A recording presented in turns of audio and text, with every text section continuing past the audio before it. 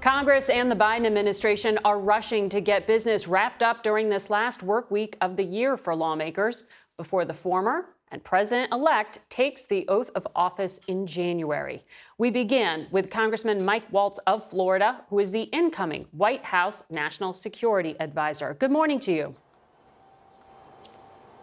Hey, morning, Margaret. Tough day for our Army, but great day for America. Indeed. As a Green Beret, I know you had a reason to be cheering there for Army, sir. I want to ask you a number of topics, but before I go overseas, you sit on the House Intelligence Committee. You also, because of your new role, are in contact with President Biden's National Security Advisor, Jake Sullivan. Do you think the public should be concerned about these reported drones all over the East Coast? And have you the need for more authority to deal with them?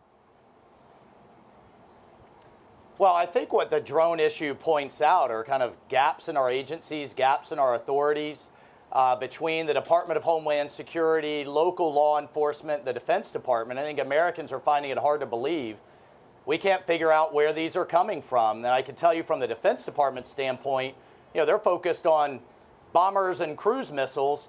And it's pointing to gaps in our capabilities and our ability to clamp down on what's going on here. And we need to get to the bottom of it.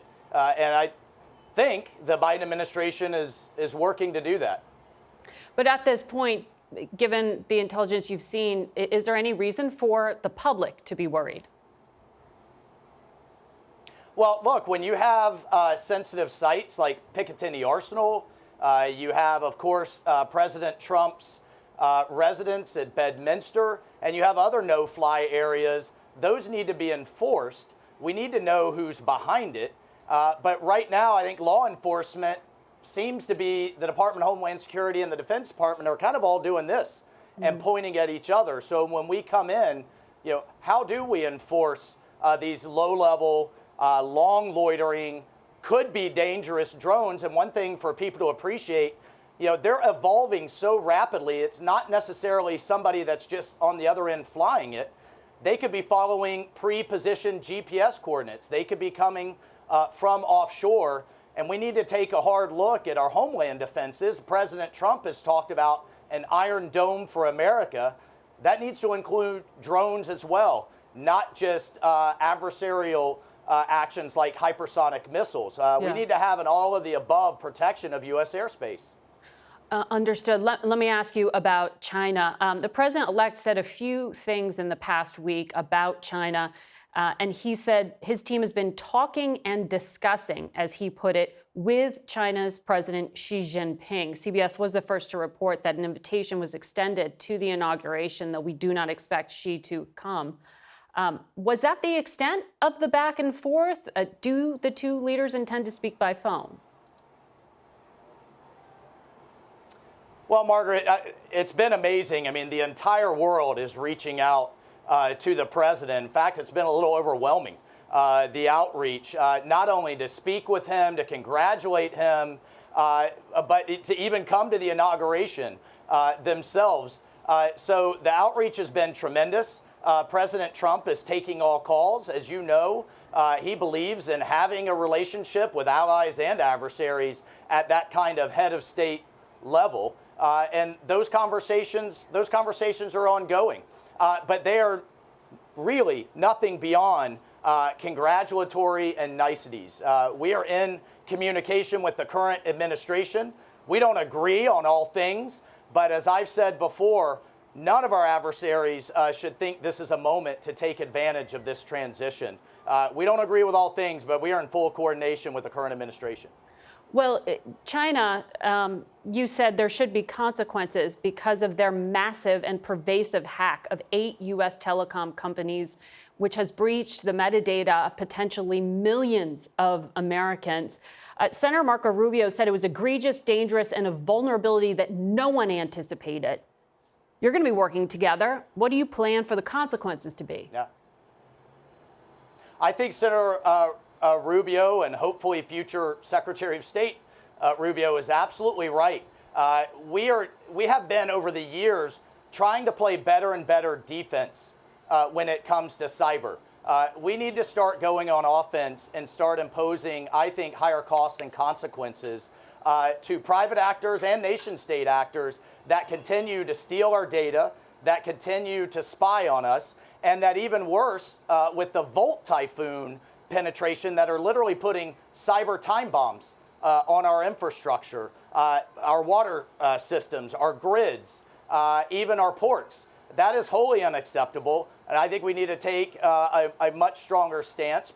Senator Rubio's right. President Trump has indicated that as well. We need to start changing behaviors on the other side rather than just constantly having this kind of escalation of their offense and our defense. The Colonial Pipeline hack was another key point. And then finally, we've got a tremendous private sector with a lot of capability. That relationship between public and private with our tech industry, they could be doing a lot of good and helping us defend, but also making our adversaries vulnerable. Is this sanctions day one from the Trump administration? Well, I'm not going to get ahead of everything that we're doing day one, but taking a different approach to cyber, looking at our doctrine and starting to impose costs on the other side to get them to knock this off is something we'll be taking a look at, I think. You were at Mar-a-Lago this past week when Hungary's Prime Minister Viktor Orbán met with Mr. Trump and Elon Musk and yourself. He then announced that he had spoken to Vladimir Putin. Orbán seems to be floating a Christmas ceasefire and a prisoner swap. Is he carrying with him some kind of message from Donald Trump? Well, Orbán has regular engagement with the Russians, and he clearly has a good relationship with President Trump. And I would hope the entire world would want to see some type of cessation to the slaughter that is happening in eastern Ukraine. I mean, Margaret, did Mr. Trump ask him to do that? This is World War I style. This is World War I style warfare. It is a meat grinder of human beings. President Trump's been very concerned about the carnage that's ongoing, and where is this all going? Right. We need to stop the fighting. You know, look, if that is some type of ceasefire as a first step, again, we'll take a hard look at what that means. But until January 20th, we are also in coordination with this current administration. Okay, so no message was sent through Orbán to Putin by Trump. Is that's what I understand you saying there? Oh, I'm not gonna. Yeah, I'm not gonna get into specifics of back and forths. Okay. But one is talking. Of course, we're going to continue to talk, and the President Trump's made it clear he wants this war to stop. Does the Trump team plan to limit how Ukraine can use U.S. weapons or targeting assistance when you take office? Well, I mean, President Trump just said in the interview that, you know, a blank check, in his interview with Time Magazine, I believe, you know, a blank check isn't, you know, just isn't a strategy. This just kind of forever war that we seem to be backing into. What does success look like in line with our interest? How do we end the war? Who's at the table? How do we drive you know, all sides to the table? And what's the framework for an agreement? Those are things that we're thinking through with his fantastic team that he's assembling. Was that discussed in that 45-minute meeting that Mr. Trump had with Mr. Zelensky in Paris last week? And do you support putting NATO member states as peacekeepers in Ukraine?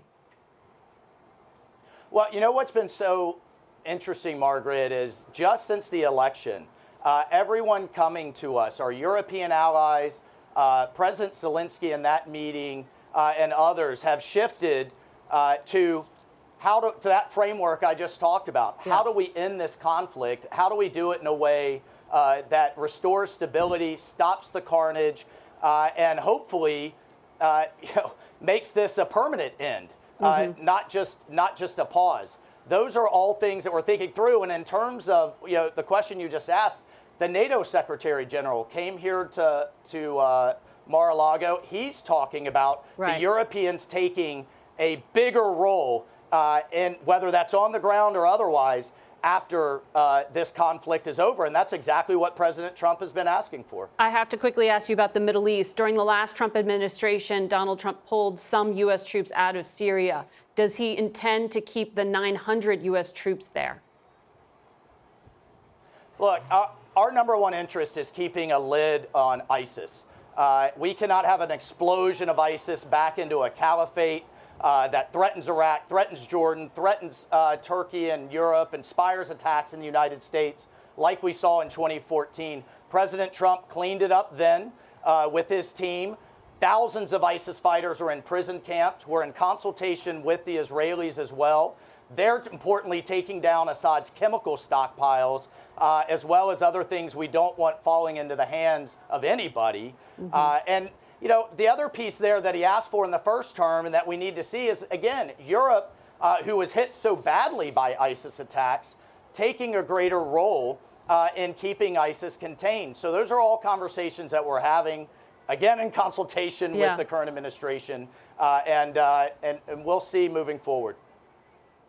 Congressman Mike Waltz, thank you for joining us today.